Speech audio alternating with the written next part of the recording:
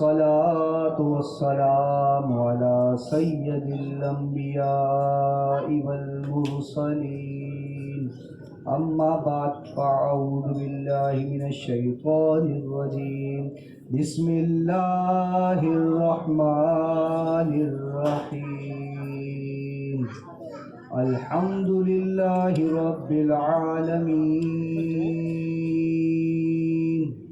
الرحمن الرحيم آمنت بالله صدق الله العظيم وصدقه النبي الكريم۔ ایک بار محبت سے حضور علیہ الصلوۃ والسلام کی بارگاہ میں درود پاک کا نذرانہ پیش کر لیجئے۔ اللہم صلی علی سیدنا و مولانا محمد وآلہ وصحبہ وسلم۔ الصلاۃ والسلام علیک یا رسول اللہ وعلی آلہ واصحابہ یا حبیب اللہ۔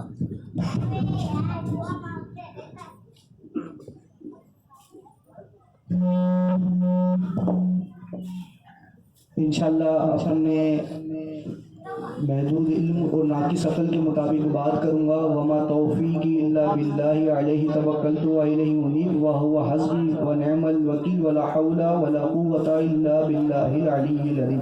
میں بات کسی کا دل دکھانے کے لیے نہیں کروں گا، خالی اصلاح کے لیے کروں گا۔ انشاءاللہ اپنی بھی اصلاح اس میں رکھوں گا اور انشاءاللہ دوسرے مسلمانوں کی اصلاح کی بھی کوشش کروں گا، اور اللہ تعالیٰ کی بارگاہ میں دعا ہے اللہ تعالیٰ ہمیں سچ حق بیان کرتے رہنے کی توفیق عطا فرمائے، ہمیشہ جھوٹ سے بچنے کی توفیق عطا فرمائے، اور جو سچ حق سنے اس پر عمل کر کے دوسروں تک پہنچانے کی توفیق عطا فرمائے۔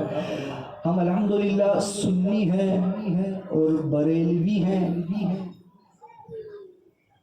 اور ہر محلے میں کچھ اور مسلک کے لوگ بھی ہوتے ہیں۔ ہماری گلی میں تو کرسچن بھی رہتے ہیں ساتھ، تو ایسا نہیں ہوتا ہماری ان سے لڑائی ہوتی ہو یا ان کی ہم سے لڑائی ہوتی ہو، ایسا بھی نہیں ہوتا۔ نہ کسی شیعہ کے ساتھ ہماری لڑائی ہوتی، نہ کسی دیوبندی کے ساتھ لڑائی ہوتی، نہ کسی اہل حدیث کے ساتھ لڑائی ہوتی، اور نہ کسی نجدی کے ساتھ لڑائی ہوتی۔ لیکن جب بات سمجھانے کی آئے تو ان کا نام لے کے کچھ سمجھایا جاتا ہے کہ اگر مثال کے طور پہ کوئی پاکستان کا مسلمان ہے تو اسے یہی کہیں گے بھائی پاکستانی مسلمان، کوئی انڈیا کا ہے تو اسے کہیں گے انڈیا کا مسلمان، کوئی سعودی عرب کا ہے تو اس کو کہیں گے سعودی عرب کا مسلمان۔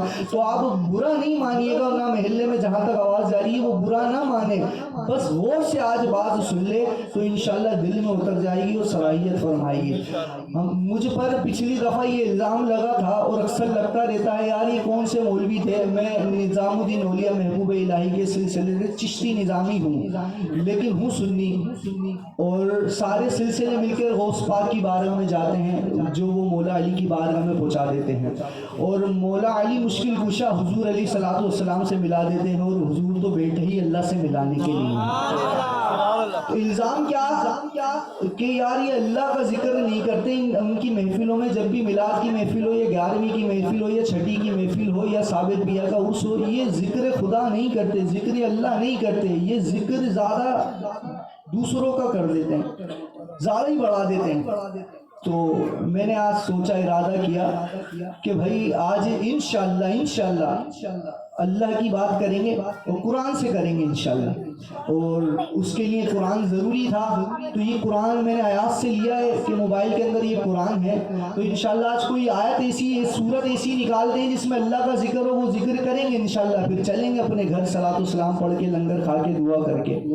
تو یہ قرآن مجید فرقان حمید میرے ہاتھ میں ہے، توجہ چاہوں گا آپ کی، میں شروع کرنے لگا ہوں۔ اس میں سب سے پہلی سورت ہے سورہ فاتحہ۔ اب دیکھو میں فاتحہ کے بارے میں بات کروں گا تو لوگ پھر اعتراض کریں گے یہ تو ہے ہی نیاز فاتحہ والے، تو میں فاتحہ کی بات نہیں کرتا، تو میں اس کے بعد والی سورت پہ جاتا ہوں۔ دوسری سورت ہے قرآن مجید کی، میری مائیں بہنیں بھی غور سے سنیں، گھر میں بیٹھے ہوئے افراد بھی سنیں کہ دوسری قرآن مجید کی آیت ہے سورہ بقرہ۔ کیا سورہ بقرہ اللہ کا نام ہے؟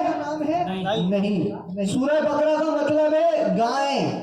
تو آج ہم گائیں کا ذکر بھی نہیں کرنے لگے، ہم آگے چلتے ہیں، ہمیں کرنا ہے اللہ کا ذکر۔ تو ہم نے تیسری سورت قرآن مجید فرقان حمید کی تلاش کی، تیسری سورت ہے آل عمران۔ آل عمران کا مطلب ہے عمران کی آل کا ذکر۔ ہم کسی کا ذکر کرنے نہیں بیٹھے، ہم اللہ کا ذکر کرنے بیٹھے ہیں، تو ہم تیسری آیت بھی سورت بھی نہیں کھول رہے، ہم چوتھی سورت کی طرف چلے گئے۔ چوتھی سورت ہے قرآن مجید فرقان حمید کی سورہ نساء۔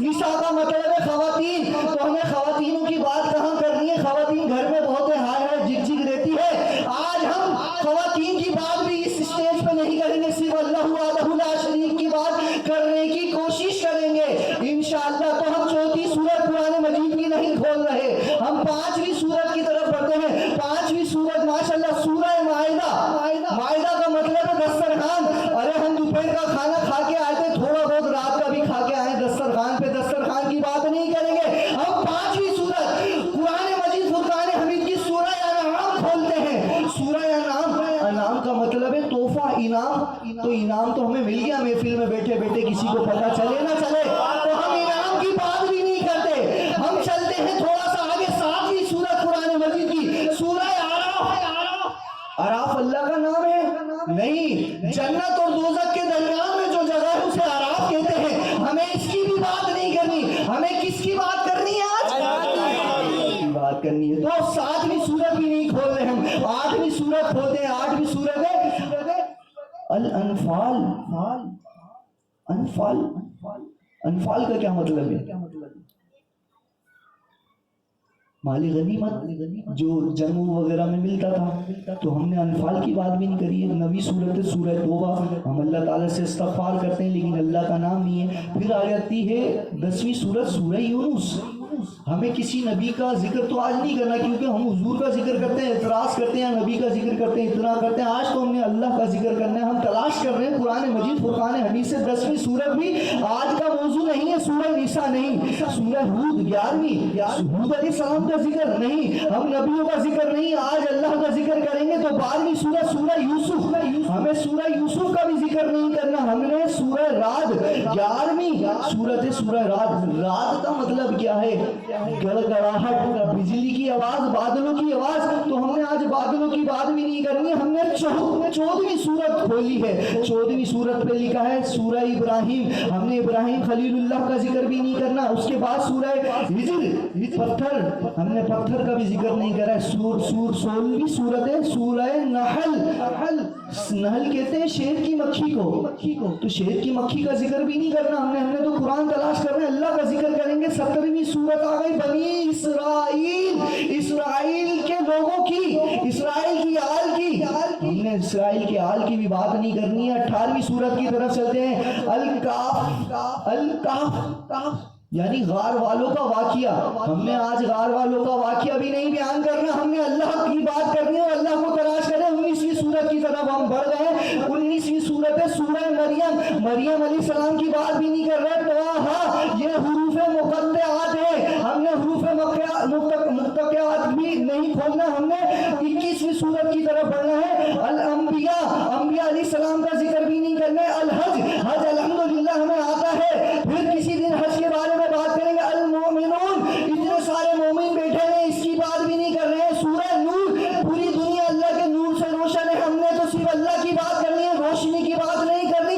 25ویں سورہ سورہ فرقان, جو حق اور باطل میں فرق کرے اسے کہتے ہیں سورہ فرقان. ہم نے آج یہ بات بھی نہیں کرنی.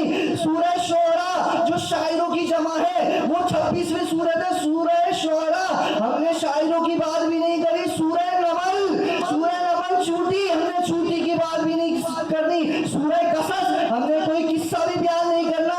پھر 29ویں سورت سورہ عنکبوت, مکڑی والی سورت. ارے ہم نے مکڑی سے کیا لینا, آج مکڑی کی بات بھی نہیں ہوگی. سورہ روم, ملک روم کی بات بھی نہیں. سورہ لقمان, حضرت لقمان کی بات بھی نہیں. سورہ سجدہ ہم کرتے ہیں نماز میں, آج اس کی بات نہیں. سورہ احزاب, احزاب کی بات کرتے ہیں, آج ہم احزاب کی بات بھی نہیں کرتے. سورہ سبا نہیں, ملک سبا کی بھی بات نہیں کرتے. سورہ فاطر یعنی ایجاد کرنے والا. ہاں مان لیا اللہ ہر چیز کا ایجاد کرنے والا ہے. ہم مجدد کی, ہم تو صرف آج اللہ کی بات کریں گے.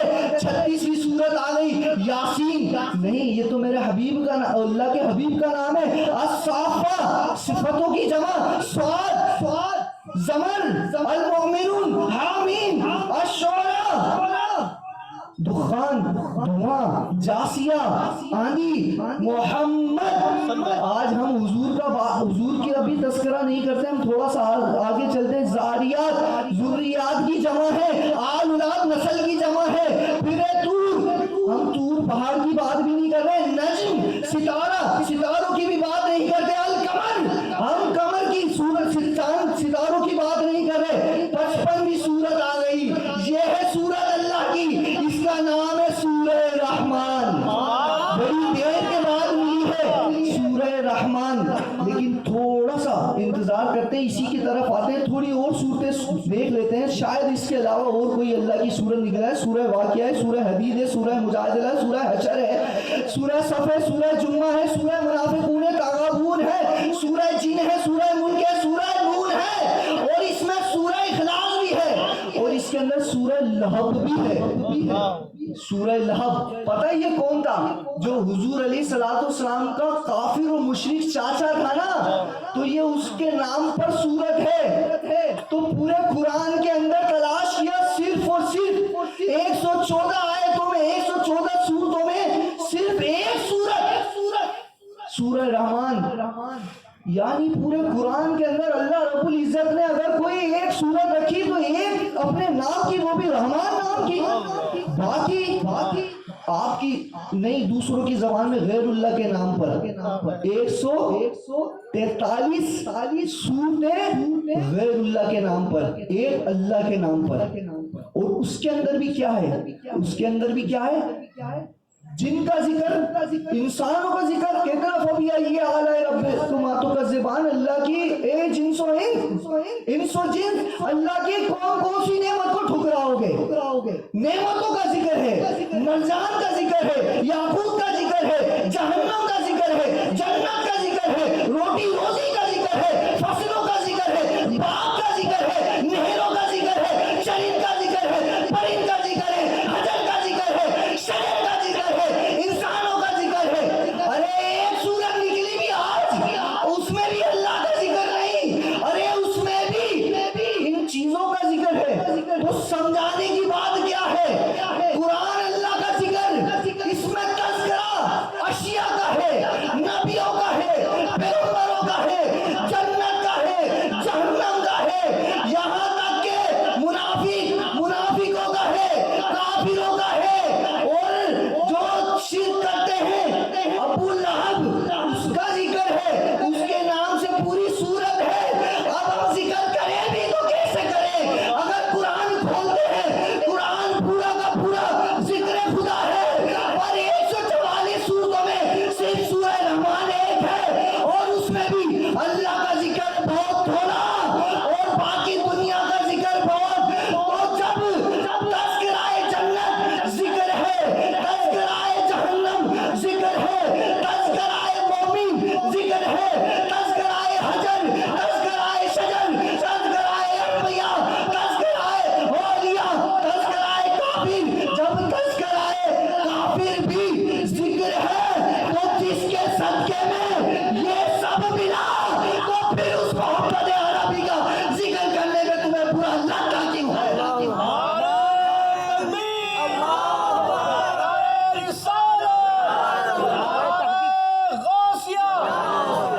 تو پورا قرآن پڑھ لو. اب نماز میں ہم پڑھتے ہیں اللہ اکبر, پھر ہم نے الحمد شریف پڑھی, تبت یدا ابی لہب وتب, پوری سورت کافر کی ہے, تو نماز ہوئی کہ نہیں ہوئی؟ ارے نماز میں کافر کا نام بھی آ جائے, کیوں؟ جب جس کا ذکر اللہ نے کر دیا, پورے الفاظوں میں کرا, قرآن میں آ گیا, جب تذکرہ آ گیا تو پھر وہ ذکر ہی ہوا. تو پھر پورے قرآن میں کہاں کون سی سورت پڑھو گے جو کہو گے کہ آج پورا قرآن پڑھا, اللہ کا ذکر ہو گیا؟ سمجھا یہ رہا ہوں, عنوان سورت کا کچھ بھی ہو, ٹائٹل سورت کا کچھ بھی ہو, ذکر خدا ہی بنتا ہے. اور اسی طرح ہم سنیوں کی محفل کا نام میلاد کی ہو, 11ویں کی ہو, عرس ابو بکر صدیق ہو, عرس اب عمر ہو, عرس عثمان ہو, مولا علی مشکل کشا کا یوم ہو, دادا علی حجویری کا عرس ہو, چاہے خواجہ غریب نواز اجمیری کی چھٹی ہو, بابا فرید گنج شکر کا محرم والا عرس ہو, یا 10 محرم ہو, یا ہمارے سرکار نظام الدین اولیاء محبوب الہی کی 17 ہو, یا صابر پیا کلری کا عرس ہو, چاہے عبداللہ شاہ غازی کا عرس ہو, چاہے عبداللہ شاہ صحابی کا ہو, کنڈے شاہ بلوچ کا ہو, حمزہ بابا کا ہو, تین ہٹی والے نور علی شاہ شہید بابا کا ہو, یا جمیل شاہ داکار کا ہو, تین ہٹی والے سرکار کا ہو, یا طبیبوں کے طبیب ڈاکٹر شاہ حقیق بابا کا ہو, ذکر ٹائٹل کوئی بھی ہو, ذکر خدا ہوتا ہے تو ذکر مصطفیٰ ہوتا ہے. تو آج میں آپ کو سمجھا رہا ہوں کہ ٹائٹل کچھ بھی ہو, ذکر خدا کا ہی ہوتا ہے, قرآن خدا کا ہی پڑھا جاتا ہے, درود مصطفیٰ پہ ہی پڑھا جاتا ہے. اور اب جب 11ویں ہے اولیاء اعظام کا ذکر ہم کریں تو فتوے لگتے ہیں. تو بھائی جب اللہ نے الا ان اولیاء اللہ لا خوف علیہم ولا هم یحزنون فرما دیا, تو یہ ذکر خدا نے کیا نہیں کیا. جب ہم اپنی محفل میں کر لیں گے تو پھر برا کیوں لگتا ہے؟ تو بات یہ ہے کہ ہم پر الزام لگتا ہے, الزام قبول بھی ہے. کیا الزام ہے؟ کہ بھائی ہم بدعتی ہیں. ہاں ہم بدعت حسنہ کرتے ہیں, جیسی حضرت عمر نے کری تھی, جیسی عثمان غنی نے کی تھی. ہم مانتے ہیں ہم بدعتی ہیں, بدعت حسنہ کرتے ہیں. تم کہتے ہو تم کون سمجھ رہے ہو نا, تم کون یہ سب ہے ہمارے علاوہ تم. ہم پہ تانا کستے ہیں. کیا کستے ہیں کہ یار یہ 12ویں مناتے ہیں, یہ 11ویں مناتے ہیں, یہ میلاد کرتے ہیں, کھڑے ہو کے مصطفیٰ جان رحمت پہ درود پڑھتے ہیں, یہ ہر کام سے پہلے درود پڑھتے ہیں. ہاں ہمیں یہ الزام قبول ہے. ہم قبرستان میں اپنے مردے کو دفنا دیتے ہیں تو ہم اس کے بعد اذان بھی کہتے ہیں. ہمیں یہ الزام بھی منظور ہے کیونکہ ہم یہ کرتے ہیں نا. ارے ہم جب کرتے ہیں ہمیں انکار ہے ہی نہیں نا. مسئلہ تو یہ ہے تم سب کچھ کرتے ہو پھر انکار کرتے ہو. کہنے والا اپنے آپ کو کہتا ہے غیر مقلد ہے, پھر بھی تقلید کتابوں کی کرتے ہیں. کہنے والا کہتا ہے میں اہل حدیث ہوں. ارے اہل حدیث تو ہم بھی ہیں کیونکہ حدیثوں پہ عمل کرتے ہیں, لیکن اعتراض ہم کر رہے ہیں. تم اپنے آپ کو اہل حدیث کہتے ہو پر تم اپنے مطلب کی حدیثوں پہ عمل کرتے ہو. تم بھی جانتے ہو, ہم بھی جانتے ہیں حدیث صحیحہ ہے. کیا صحیح حدیث ہے؟ کون سی حدیث جو تمہیں ہضم ہو جاتی ہے وہ کون سی حدیث ہے؟ حضور علیہ الصلوۃ والسلام صحابہ کرام کے ساتھ تشریف لے جا رہے ہیں, 2 قبر والوں کو قبر کے اندر ہے, حضور باہر سے دیکھ رہے ہیں. کیا دیکھ رہے ہیں؟ دونوں قبر والوں پہ عذاب ہو رہا ہے. عالم دنیا میں ہے, عالم برزخ کی خبر دے رہے ہیں. تو یہ حدیث ہضم ہو جاتی ہے. آگے فرماتے ہیں کہ حضور علیہ الصلوۃ والسلام نے دیکھا عذاب ہو رہا ہے, رک گئے. صحابہ کرام سے فرمایا یہ ٹہنی توڑو. ٹہنی کے 2 ٹکڑے کیے, ایک اس قبر پہ لگایا, ایک اس قبر پہ لگایا, اور بتایا حضور علیہ الصلوۃ والسلام نے یہ ٹہنی جب تک تر رہی ان پر عذاب نہیں ہوگا. عذاب ہو کس چیز کا رہا تھا؟ ایک پیشاب کی چیٹوں سے بچنے میں احتیاط نہیں کرتا تھا, دوسرا غیبت کرتا تھا. تو علماء کرام نے اس بات سے استنباط کیا. کیا استنباط کیا؟ کہ یہ جو ٹہنی لگانی تھی تو یہ ٹہنی کس لیے لگائی گئی تھی؟ استنباط کرتے ہیں ٹہنی کیوں لگائی گئی؟ حضور دعا فرما دیتے تو ویسے عذاب ختم ہو جاتا, تو ٹہنی کیوں لگائی؟ اور حضور کا یہ فرمانا کہ ٹہنی جب تک تر رہے گی جب تک عذاب نہیں ہوگا.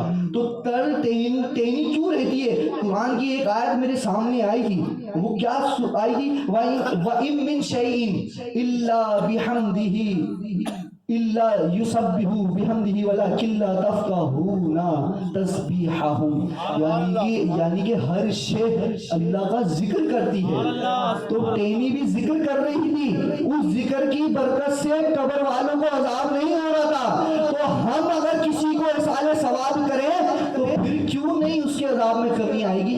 تو یہ کتنی بڑی حدیث ہے جو صحیح بھی ہے, تو ہم پر فتویٰ لگاتے ہیں, ہم ایسے علیہ ثواب کی محفلیں سجاتے ہیں نا, تو ہم پر یہ الزام لگتے ہیں. ہمیں تو قبول ہے, لیکن ہم آج تم پر الزام لگا رہے اس حدیث پہ عمل کیوں نہیں ہوتا؟ کیوں احسان ثواب قرآن مجید نہیں پڑھنے دیتے؟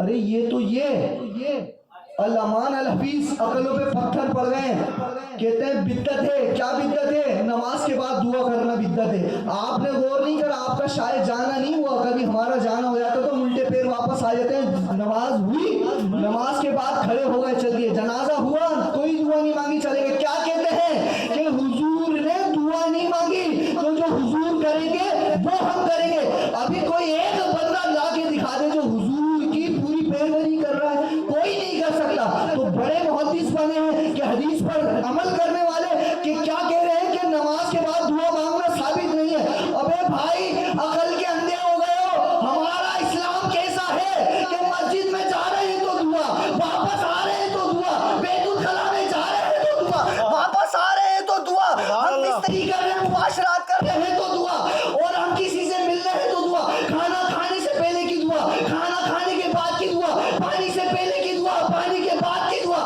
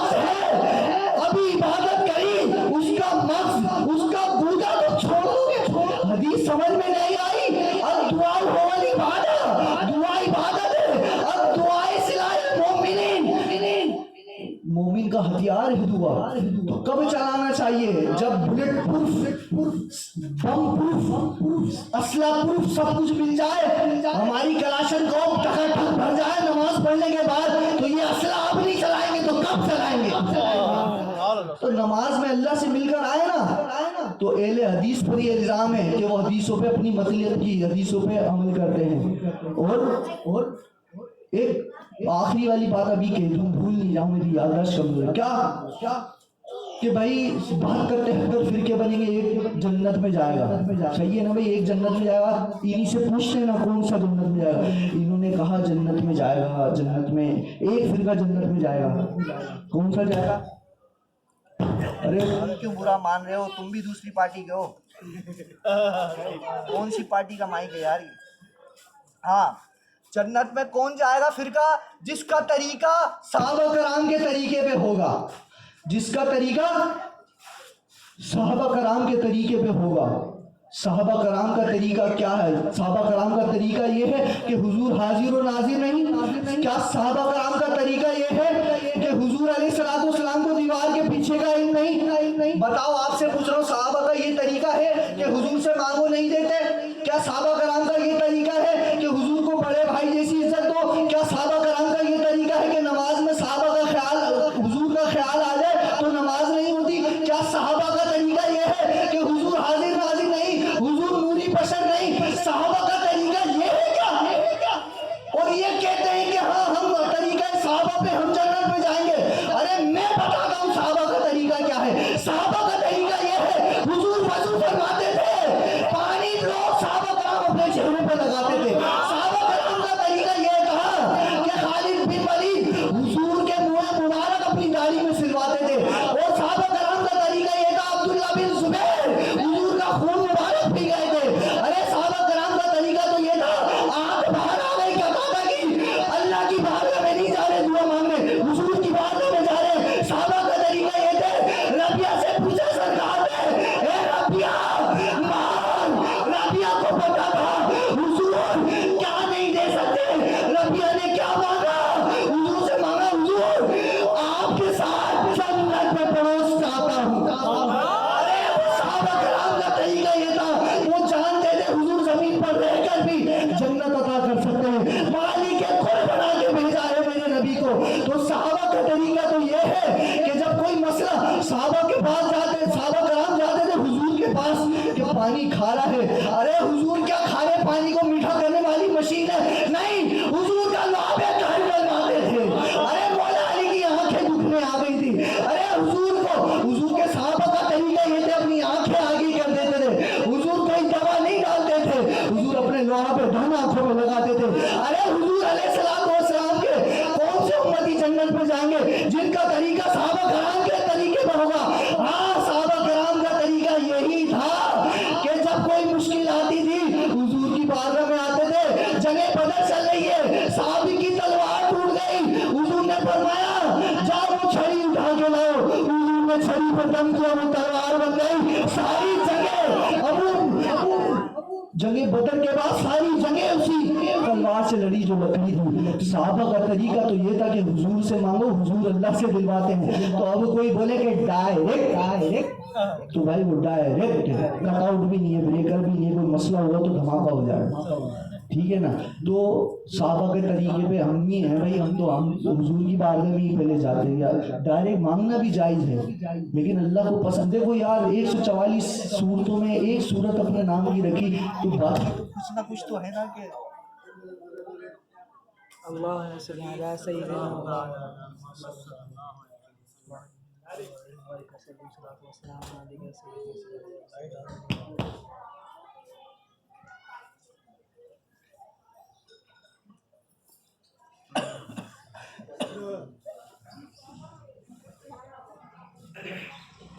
سیٹ میں جانا چاہتا ہوں، بہت بڑا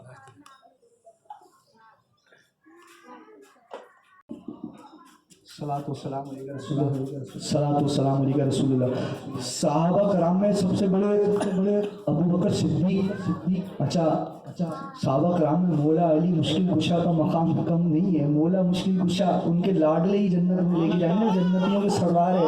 تو صحابہ کرام کا طریقہ دیکھنا ہے تو مولا علی مشکل کشا کیا فرماتے ہیں؟ سمعت رسول اللہ صلی اللہ علیہ وسلم وَهُوَ آخِرُ شَعْرَةً يَقُولُ مَنْ عَادَ شَعْرَةً مِّن شَعْرِي فَالْجَنَّةُ عَلَيْهِ حَرَامٌ۔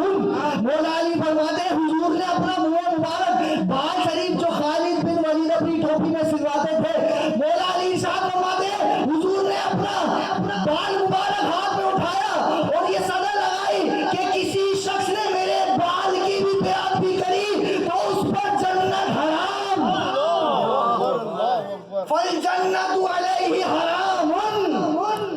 صحابہ کا طریقہ تو یہ۔ اب کوئی بولے کہ حضور کو دیوار کے پیچھے کا علم نہیں، حضور حاضر و ناظر نہیں، حضور کو بڑے بھائی جیسی عزت ہو، حضور کا خیال نماز میں آ جائے، اور معاذ اللہ حضور کو اتنا علم تھا، اتنا تو پاگلوں کو معاذ اللہ۔